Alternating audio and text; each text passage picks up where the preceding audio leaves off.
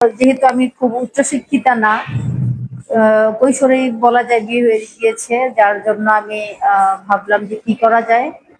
ছোটখাটো চাকরির জন্য এদিক সেদিক না ছোটাছুটি করে তো ভাবলাম বাসায় থেকেই কিভাবে কি করা যায়। আমি শাহিনা সুলতানা ছন্দা। আমি হোমমেড খাবার নিয়ে কাজ করছি 5 বছরের যাবত। আমার একটা পেজ আছে, পেজের নাম ছন্দা ফুডস।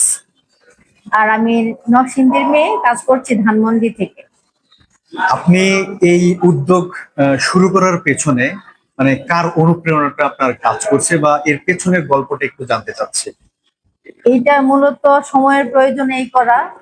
আর হচ্ছে এটার অনুপ্রেরণা আমি নিজেই। আমাকে কেউ অনুপ্রাণিত করেনি, সময়ের প্রয়োজনে আমাকে এটা করতেই হলো।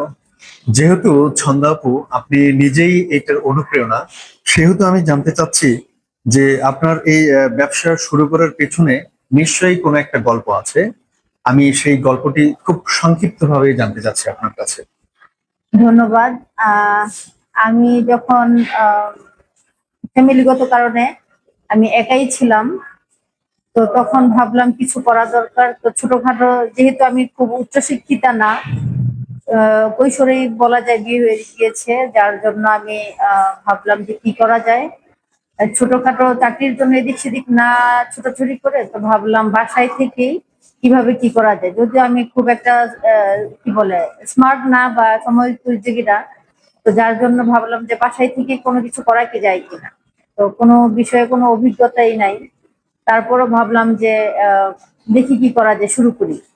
তারপরেই আর কি প্রয়োজনে শুরু করতে হলো। তো ভাবলাম হোমমেড খাবারটাই প্রাধান্য দিলাম, কেননা এটাতে বিশাল পরিমাণ পুঁজির দরকার হয় না। কোথাও বাকি যে ব্যবসায়ের ক্ষেত্রে যে ব্যাপারটা ওইটা থাকে না। আর হচ্ছে যেই নর্মাল খাবারটা আমরা সচরাচর আহ, বাসায় তৈরি করে থাকি, কোনো প্রাতিষ্ঠানিক শিক্ষার প্রয়োজন হয় না। সেজন্যই আমি আর কি এটা দিয়ে শুরু করলাম।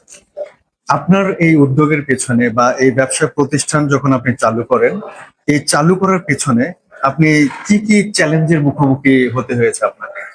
চ্যালেঞ্জের মুখোমুখি আমি, যদিও ধানমন্ডি থেকে কাজ করছি, কিন্তু আমার জন্মস্থান নরসিংদীতে। তো ভাবলাম কি নিয়ে কাজ করা যায়। তো যখন দেখলাম যে ফেসবুকে অনেকেই পিঠা নিয়ে, নরসিংদীর যে বিখ্যাত নকশি পিঠাটা ওটা নিয়ে কাজ করছে, তো অনেকের ডিজাইন গুলো দেখে ভাবলাম যে এর চেয়ে একটু ভালো আমি করতে পারি। তো ভাবলাম যে ওরা যদি করতে পারে তাহলে এর চেয়ে একটু ভালো ডিজাইন পেরে আমি কেন করতে পারবো না। নকশি পিঠার বৈশিষ্ট্য কিন্তু নকশাটা সুন্দর, নকশা থেকেই নকশি পিঠার নামকরণ হয়েছে, যার জন্য ভাবলাম এটা দিয়ে শুরু করি। তখন ভাবলাম যে পিঠাপুলি দিয়ে আমরা যা গ্রামাঞ্চলের বা মফস্বলে আমরা করে থাকি সেটা দিয়ে স্টার্ট করলাম। তো নরসিংদীতে অনেকেই দেখা যায় বলেছে যে পিঠা নিয়ে কাজ করি, পিঠা বিক্রি করি আমি ঢাকাতে, আমার পিঠা কেউ নেয়, পিঠাও কেউ কিনে খায়, এরকম আর কি স্বাভাবিক। নরসিংদীতে ঘরে ঘরেই সবাই নিজেরটা নিজেই এই পিঠাগুলো তৈরি করে। তো ঢাকাতে যেহেতু দেশের বিভিন্ন অঞ্চলের মানুষ থাকে, এক এক অঞ্চল ভেদে এক এক রকমের পিঠা হয় বা খাবার হয়, সেক্ষেত্রে নরসিংদীতে তো এটা অ্যাভেলেবল, কিন্তু ঢাকাতে অনেক অঞ্চলে এটা চিনেও না, জানেও না, কখনো খাইও নি। তো সেই জন্য আর কি মূলত এখানে শুরু করা। অনেকে টুকটাক জিনিস শুনতেই হয়েছে, তো এই আর কি। যেহেতু আপনার নিজের অনুপ্রেরণা আপনি নিজে, জি। সেহেতু প্রথম সফলতার মুহূর্তটা আপনার কাছে কেমন লেগেছিল? প্রথম সফলতা বলতে বা আহ আপনার কাছে প্রথম সফলতার মুহূর্ত কেমন মনে হয়েছে? সফলতা বলতে আমি বলবো এই মুহূর্তে যা মনে পড়ছে সেটা হচ্ছে আহ, আমি 2021 সালে শুরু করি। তো 22-এ আমি স্মার্ট নারী উদ্যোক্তা হিসেবে সরকারিভাবে আমি গ্র্যান্ট পেয়েছিলাম চিন্ময়ী সম্মেলন কেন্দ্র থেকে, 50,000 টাকা সম্মানিত, যেটা নাকি উদ্যোক্তাদের দেওয়া হয়ে থাকে অনেক যাচাই বাছাইয়ের মাধ্যমে, যারা কিনা আসলেই উদ্যোক্তা, ওরা টাকাটা কাজে লাগাবে এবং এগিয়ে যেতে পারবে। তো সেই যাচাই বাছাইয়ের মধ্যে আমি ছিলাম, যেটা কিনা আমাকে সম্মানিত করা হয়েছিল। তো চিন্ময়ী সম্মেলন কেন্দ্রে এর আগে আমার কখনো যাওয়া হয়নি ওরকম ভাবে। তো ওখান থেকে সম্মানিত হয়ে আমি মানে খুবই আমার ভালো লেগেছে এবং আমি নিজেকে সম্মানিত বোধ করেছি। হয়তো অনেকের কাছে এটা খুবই সামান্য, কিন্তু আমার জন্য এটা আর কি বেশ সম্মানের ছিল। আপনার এই ব্যবসার ক্ষেত্রে আপনি কি কখনো কোনো চ্যালেঞ্জের মুখোমুখি হয়েছেন? আর যদি হয়ে থাকেন তাহলে সেটা মোকাবেলাটা কিভাবে করছেন? বড় চ্যালেঞ্জ বলতে আসলে যেহেতু হোমমেড খাবার নিয়ে কাজ করি, তো খুব বড় পরিসরে ওইরকম আসলে যেহেতু এগোনি, তো খুব একটা ওইরকম না। টুকটাক কিছু জিনিস যেমন ডেলিভারি সার্ভিস গুলা থাকে, তারপর খাবার স্টক করার বিষয়ে, প্যাকেজিং এর বিষয়ে, এই টুকটাক জিনিসগুলো আর কি সম্মুখীন হতে হয়েছে এবং এখনো হচ্ছে, সেটাই আর কি। যেহেতু আপনি শূন্য থেকে শুরু করেছেন, আজকে আপনি যে পর্যায়ে আছেন, আর আগামী 5 বছর পরে আপনার ব্যবসা প্রতিষ্ঠানকে আপনি কিভাবে দেখতে চান, যে আগামী 5 বছর পরে আপনি কোন পর্যায়ে যেতে চান, এরকম একটা আশা যদি বলেন। আসলে আশা তো যে বলে স্বপ্ন আকাশের মতো উদার, মানে অসীম। তো আমিও তার বাইরে নই। আমার তো স্বপ্ন আমি একটা সুপার শপ দিব, যেখানে কিনা আমার আমার এবং নরসিংদীর আমাদের যে ঐতিহ্যবাহী বিভিন্ন খাবার গুলা, বিভিন্ন প্রোডাক্ট গুলা, বিভিন্ন কিছু থাকে, সেগুলাই আমি আমার পুরো সুপার শপ জুড়ে থাকবে, সেটা আমি স্বপ্ন দেখি। এবং দেশের বাইরে আমি আমার প্রোডাক্ট গুলা এক্সপ্লোর করতে পারবো, সেটা স্বপ্ন আমি বেশ আগে থেকেই দেখি। যেহেতু আপনি হোমমেড খাবার এবং পিঠা নিয়ে কাজ করছেন, এটার পাশাপাশি ভবিষ্যতে অন্য কোনো প্রোডাক্ট নিয়ে বা পণ্য নিয়ে কি কাজ করার ইচ্ছা আছে? জি, ভাবছি দেখি কি করা যায়, কারণ যেহেতু হোমমেড খাবার গুলা নিয়ে এগুলো প্রচুর পরিশ্রমের, এবং এটা যদি বড় করে ফ্যাক্টরি আকারে দেওয়া যায়, একটু বড় পরিসরে বাজারজাতকরণ করা যায়, দেশের বাইরে পৌঁছানো যায়, সেই ক্ষেত্রে আমি ওইভাবে আর কি ভাববো। আর নয়তো পাশাপাশি দেখি কি করা যায় ভাবতেছি।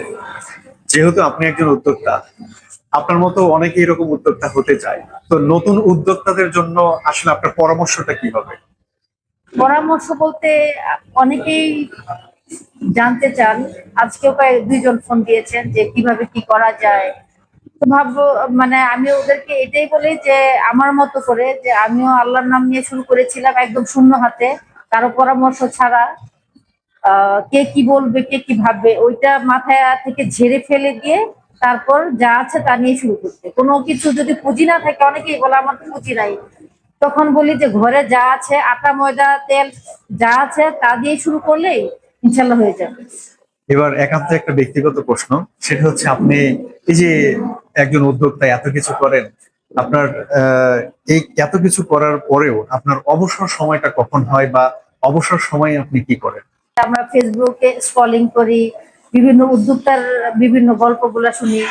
তারপর যেহেতু ব্যবসায়িক চিন্তা ভাবনাই থাকে কিভাবে কি বড় পরিসরে করা যায়, টুকটাক খুঁটিনাটি জিনিসগুলাই মাথায় থাকে সারাক্ষণ, এগুলো স্ক্রলিং করি। এই তো। আর সুযোগ পেলে একটু এদিক সেদিক একটু ঘুরতে যাই। আচ্ছা আচ্ছা, এই তো। যেহেতু আপনি একজন সফল উদ্যোক্তা, তো আমি আপনার কাছে জানতে চাচ্ছি যে একজন সফল উদ্যোক্তা হতে হলে কি কি গুণ থাকা দরকার বলে আপনি মনে করেন? আমি আসলে অতটা করি না। আচ্ছা। আমি খুবই সাধারণ। তো আমার যা মনে হয়, নিঃসন্দেহে যে মানসিকভাবে প্রস্তুত থাকা, যে আমি করবই, যে যাই বলুক, যত যত সমস্যাই হোক আমি করবই। আর এইটা একটা বিশেষ গুণ আমি মনে করি। আর হচ্ছে সততা, যাকে বলে আমরা সততা, যে সঠিক জিনিসটা আমি একটা কোনো প্রোডাক্ট যদি আমি রেডি করে দিই, বিশেষ করে খাবার জিনিসটা, এটার মধ্যে কি কাঁচামাল ব্যবহার করেছি সেটা কেবল আমি জানি। যখন আমি ভাজা মানে একদম খাওয়ার যোগ্য করে দেই, তখন কিন্তু ক্রেতা কিন্তু জানছে না টেস্ট হয়েছে কিনা, সেটাই জানি, কিন্তু আমি জানি আমি এটা কি ব্যবহার করেছি। সেজন্য নিজের কাছে নিজে সচেতন থাকাটা খুবই জরুরি আমি মনে করি। আর হচ্ছে ধৈর্য তো নিঃসন্দেহে লাগে। ধৈর্য না থাকলে আসলে কোনো কিছুতেই কোনো কিছু করা পসিবল নয়। ছন্দাপু, আপনার গুরুত্বপূর্ণ সময় দেওয়ার জন্য আপনাকে অনেক অনেক ধন্যবাদ। আর আশা করি আপনার এই কথাগুলো নতুন উদ্যোক্তাদের জন্য অনুপ্রেরণা হয়ে থাকবে। এবং আমি আপনার পক্ষ থেকে দর্শকদেরকে বলবো যে যদি ঢাকা শহর বা ঢাকার বাইরেও কেউ কোনো পিঠা বা খাবারের কোনো আয়োজন করে বা কিনতে চায়, তাহলে যেন ছন্দা ফুডস থেকেই কিনে। আর আমি অবশ্যই আপনার নাম্বারটা দর্শকদের উদ্দেশ্যে আমি ভিডিওর মধ্যে দিয়ে দিব।